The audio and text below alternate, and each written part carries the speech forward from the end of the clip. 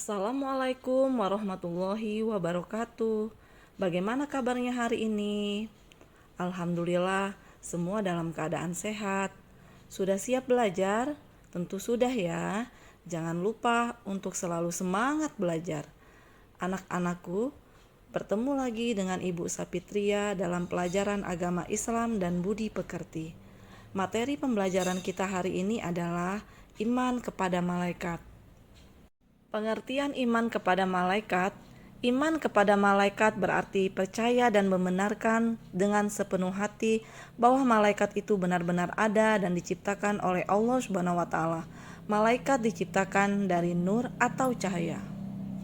Adapun sifat-sifat malaikat adalah selalu taat dan tidak pernah menentang perintah Allah Subhanahu wa taala, tidak berjenis kelamin, tidak laki-laki atau perempuan, tidak butuh makan, minum, dan tidur, tidak mempunyai nafsu, selalu bertasbih dan beribadah kepada Allah Subhanahu wa taala, dapat menjelma berbagai bentuk sesuai kehendak Allah Subhanahu wa taala, selalu benar dan tidak pernah bohong, selalu memintakan ampunan bagi orang-orang yang beriman, tidak beranak, berayah, beribu, karena malaikat tidak menikah, selalu disiplin yaitu mau melaksanakan perintah Allah Subhanahu wa taala.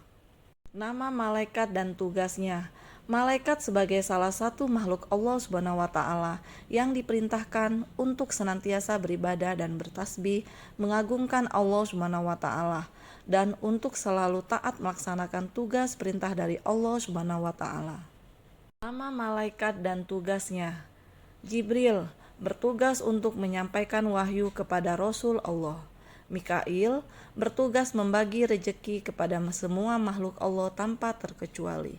Israil bertugas mencabut nyawa makhluk atas izin Allah.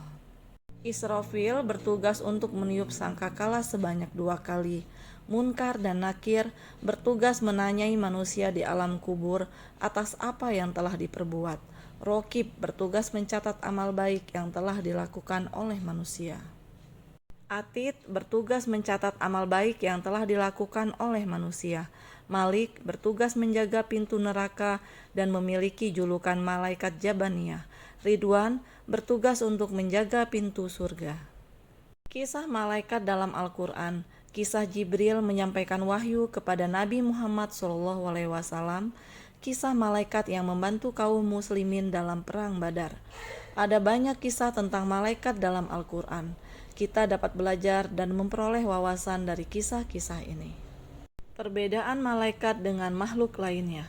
Malaikat, asal kejadian, diciptakan dari nur atau cahaya. Sifat-sifatnya: 1. Selalu patuh kepada Allah Subhanahu wa taala. 2. Tidak memiliki hawa nafsu. 3. Selalu bertasbih. 4. Tidak sombong. Tujuan penciptaan: diciptakan untuk taat kepada Allah Subhanahu wa taala dan selalu melaksanakan tugas sesuai bidangnya masing-masing. Manusia, asal kejadian, diciptakan dari saripati tanah. Sifat-sifatnya: 1. Memiliki hawa nafsu dan akal. 2. Mampu mengendalikan dirinya dari perbuatan yang dilarang Allah Subhanahu wa taala. 3. Bagi yang tidak mampu menjaga imannya, bisa terjerumus ke dalam jurang kehancuran. Tujuan penciptaan: diciptakan untuk bertasbih dan beribadah kepada Allah Subhanahu wa taala.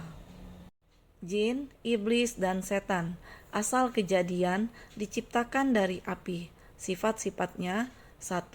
Diberi kebebasan untuk menjadi mukmin atau kafir, taat atau membangkang. 2. Bersifat sombong, ingkar, menentang, durhaka, dan senantiasa menyesatkan manusia. Tujuan penciptaan: diciptakan jin untuk beribadah kepada Allah Subhanahu wa taala, sedangkan iblis dan setan diciptakan untuk taat dan mematuhi perintah Allah Subhanahu wa taala. Tapi mereka durhaka dan sombong dengan perintah Allah Subhanahu wa taala, sehingga menjadi makhluk yang terkutuk. Menghayati sifat malaikat dan menghindari sifat iblis atau setan. Dengan meyakini dan memahami sifat malaikat, hati akan terbimbing ke arah yang baik dan benar.